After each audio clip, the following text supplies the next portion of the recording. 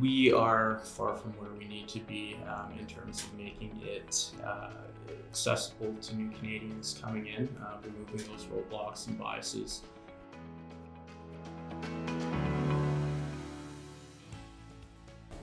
So doing your market research is very important.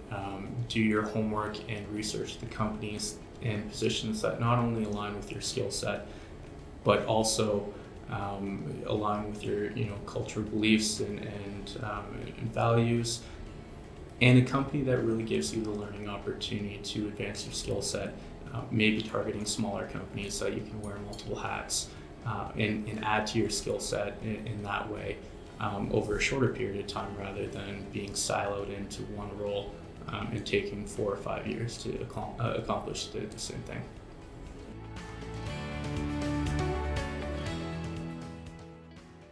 It's so important to articulate your non-Canadian experience because this is really one of the biggest differentiating factors between you and the pack.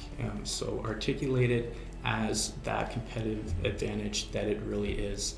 No one else will have the background that you do, be it in the office setting type from your country of origin, or just your way of doing things and what you're used to back home. So if you can spin that and convey that in a way that really articulates that as an asset, which it really is, I think that'll go a long way in differentiating you from the pack.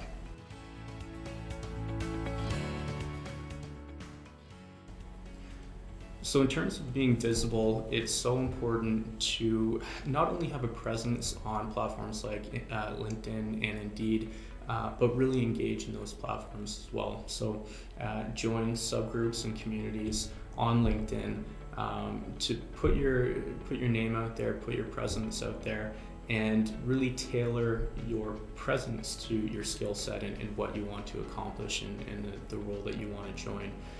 Furthermore, it's so important to connect with those individuals in those communities and in those subgroups to make those connections. It could be a potential manager, it could be a potential peer in your new role, it could be someone who was in your position and in your shoes 2 or 3 years ago that you can really gain that knowledge and experience from.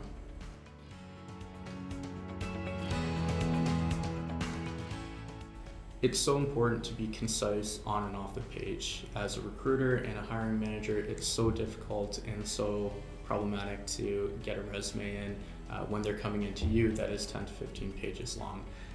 It is so important to be concise on and off the page in terms of putting something in your resume, only if you're able to articulate it in a live interview. Anything else you should scrap altogether or keep it very brief. It's so important for candidates not to get discouraged. This is perhaps one of my biggest tips for new Canadians entering the job market.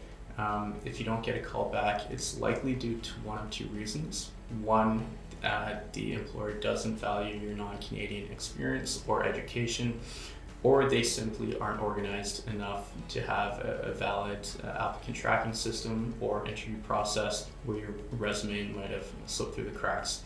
In any case, it might be seen as indicative of a poor working environment. So save your energy and mental capacity for those organizations and companies that do value your skill set.